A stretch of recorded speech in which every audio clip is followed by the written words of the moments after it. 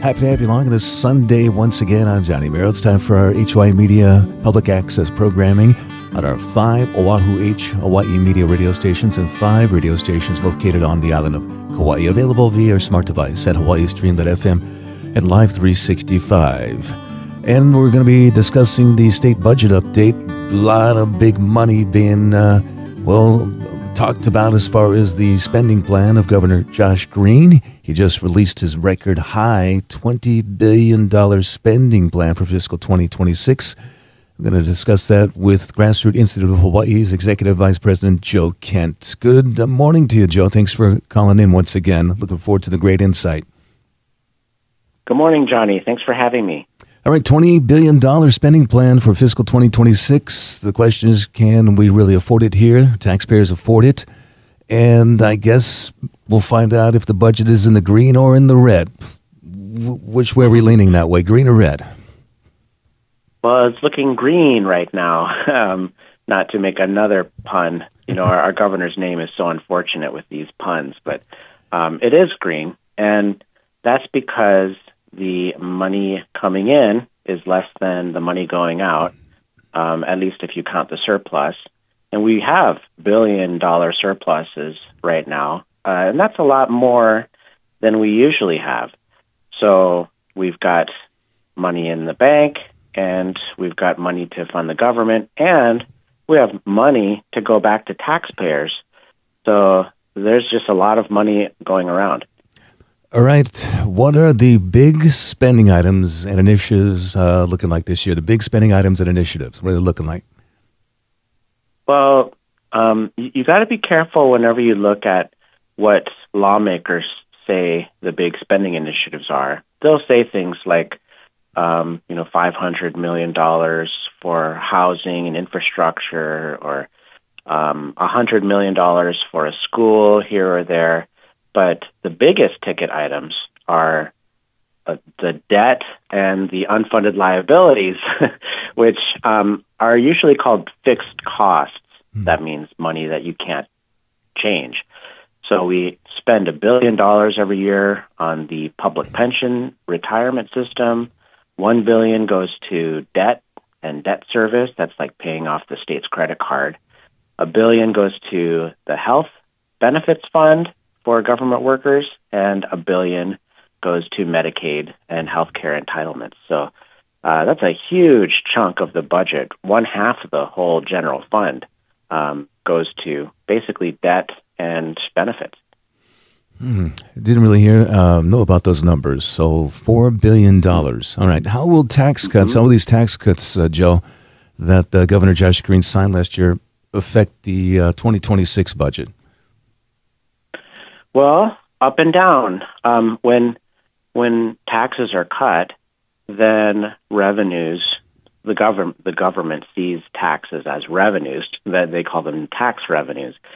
So when a tax cut happens, then the tax revenues for the government go down because that money's not there anymore. But at the same time, where did the money go? It goes into the pockets of taxpayers, right?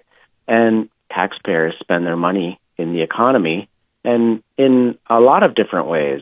And that money is then taxed, and it goes back to the government. So it's kind of funny how sometimes when you cut taxes, you actually get some tax revenues. And the Council on Revenues, those are the people in government that are trying to predict how much revenues we're going to get, they are accounting for that effect of taxes actually leading to revenues. So it's going to affect the revenues somewhat, but not enough to, run screaming from the hills or anything like that. At the end of the day, we still have enough money to pay for all of the so-called needed things in government, and even with the tax cuts. And the tax cut is a big one, too. Yeah, on a federal level, with the recent tax cuts and prior to that, the revenues that came in are continuing to be record numbers. It's just the spending has exceeded the revenues that have come in. Yeah, that's right. So we'll see what happens here locally. Joe Kent, the Executive Vice President with Grassroots Institute of Hawaii. grassrootinstitute.org for more on that. What are people saying about the tax cuts and this current budget situation? Joe, do you get the sense that the legislators want to increase taxes? Well, when it comes to the tax cuts, I like to listen to the regular people. And what I'm hearing, my wife and her office, that it works here in Hawaii, and just everyday people are looking at their paycheck. Actually, you, listener, anyone listening to this, check out your paycheck because the tax cuts are here.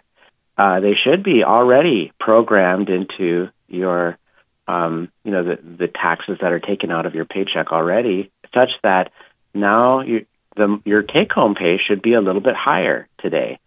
And but you need to remember to multiply that number by all of your paychecks throughout the year and try to figure out how much it's actually going to save you annually. And that number turns out to be $1,000 to $2,000 per taxpayer on average. So, and the number grows and grows every year. So just think about, a couple $1,000. What could that do to everyday people in Hawaii who are trying to afford the cost of living? So I think lawmakers who passed that tax cut unanimously, by the way, and the governor signed it last year, they are a little hesitant to start imposing tax increases or to take that tax cut back. Because they want to see, okay, how is this actually going to affect the economy? And what is it going to feel like when it actually hits pocketbooks? On a percent, I didn't know that, by the way. It totally slipped by that we were getting the tax relief already. That's okay. Great news, folks. What's the percentage on that? What did it go from, and where is it right now based on the new year? So for a family of let's say a married couple of two making $100,000 a year, for example, will have a tax savings this year of $1,600. And next year, that's going to grow to $2,100. Wow. And it keeps on growing, eventually it hits $3,000. So that by the end of, let's say by 2031, that family will have saved a cumulative savings of $20,000 in tax savings in their take-home pay. That's a lot of money going back to people to help afford the cost of living. No kidding. All right, Joe Kent, Executive Vice President with Grassroots Institute of Hawaii. Touching on this again, the State Council on Revenues recently met to discuss the tax cut and its impact on the budget. What did the council members say, Joe? Well, yeah, there was a lot of worry. The government worries every time there's a tax cut because that means they might be, quote unquote, losing money. And they tried to calculate that. So they did calculate it. Actually, they calculated that it's going to be a $7.6 billion hit to the budget over the span of several years. So by the end of 2032, for example, it would rack up to over $7 billion. That means that the government might need to reduce its spending. It might have to tighten its belt and so on. And that's a good thing, by the way. The government should tighten its belt, and the money should go back to taxpayers. But the council, thankfully, is also recognizing the fact that those monies could benefit the economy, too, and come back on the other side. So just like I was mentioning before, people spend their money, it goes zooms around the economy and is taxed somewhere along the way, and that brings in more revenues. So they call that a dynamic effect. So at the council, they were talking all about dynamic effects. Okay. Joel, the budget hearings are going on, I guess, right now also. What happens in those hearings, and how are they going? Well, the January is budget season I like to call it, because it's when the lawmakers at the Capitol line up all of the department heads and one by one ask them about their department budget. And it's kind of the one time that legislators can use the department heads as a punching bag and hold them accountable, really, grill them with tough questions. And so lawmakers are rightly asking about, trying to scrutinize their budget requests and so on. But a common theme that we're hearing from the department heads is that it's so difficult to hire people. They can't find the talent. And that's partly because of the pay scales that are set, carved in stone, by the union system, which means that if you want to pay someone more money, it's really difficult to do so easily.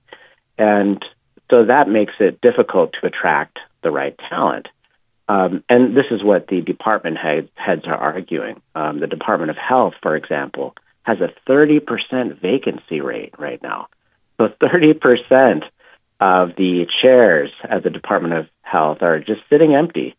And their talent, of course, is looking at the salaries that they could get on the private sector and, skipping out for those.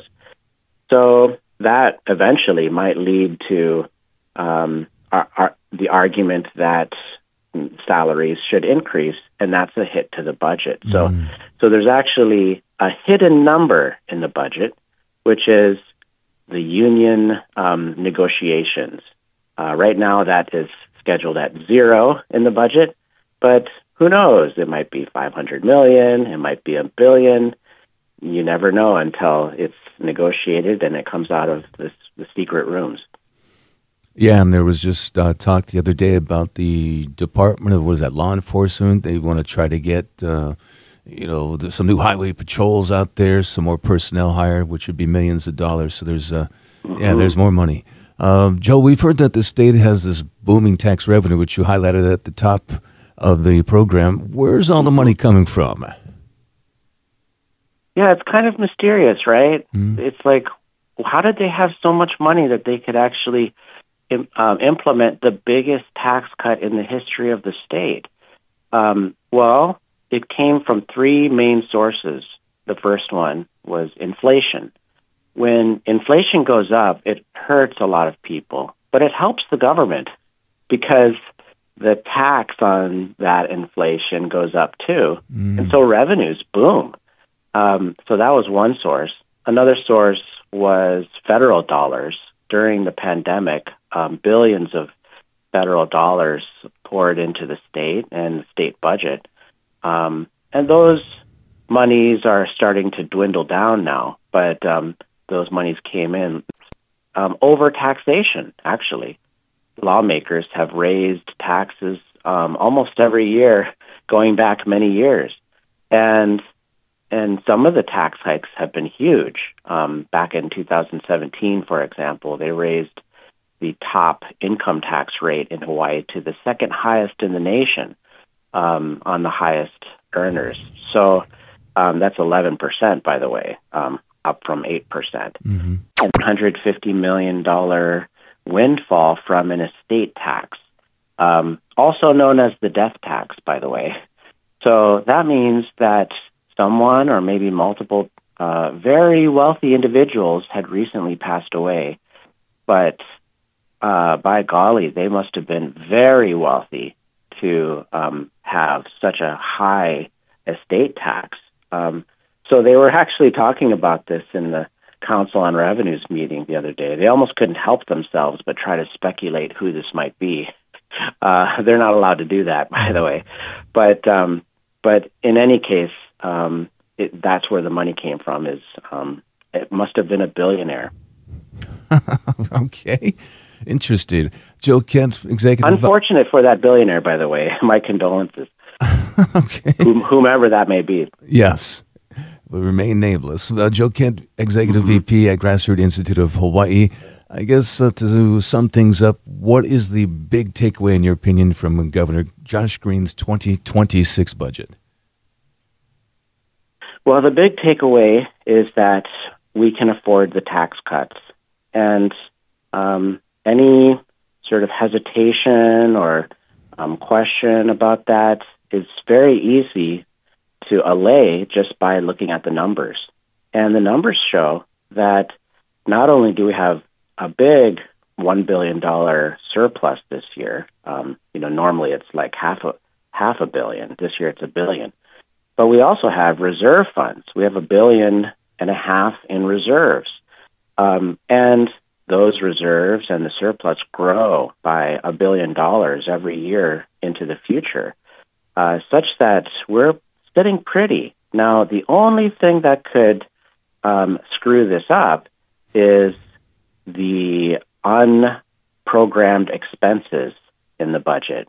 Remember I talked about the unnegotiated union pay, and there might be, who knows, maybe there could be a emergency in the future.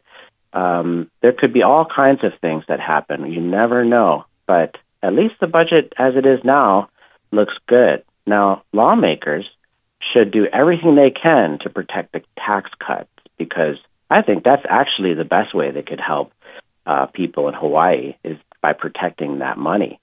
And the way they can do that is by keeping a lid on spending. Just to, you brought up the unexpected.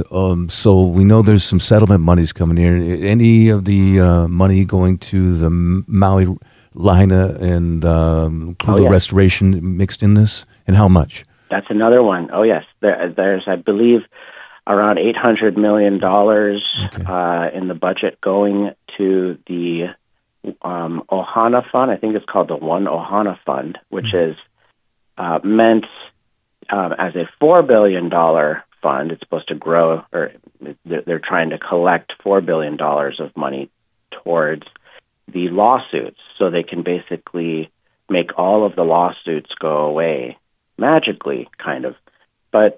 And I say magically because there are some who don't believe that it's going to work, and that if it doesn't work, then it will result in a long and expensive, even more expensive court battle. So that's all the inside knowledge that I have.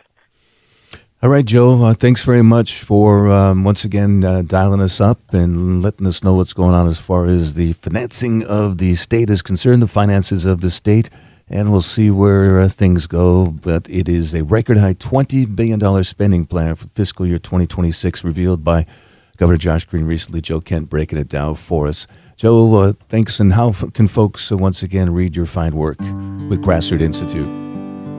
Yeah, well, if anyone would like to know how much the tax cut will save them, they can go to grassrootsinstitute.org/tax calculator, and they can see it all right there on the page. So grassrootsinstitute.org/tax calculator. Take advantage of it, folks. Enjoy the rest of your Sunday, Joe. We hope to be talking to you again soon. Thanks so much.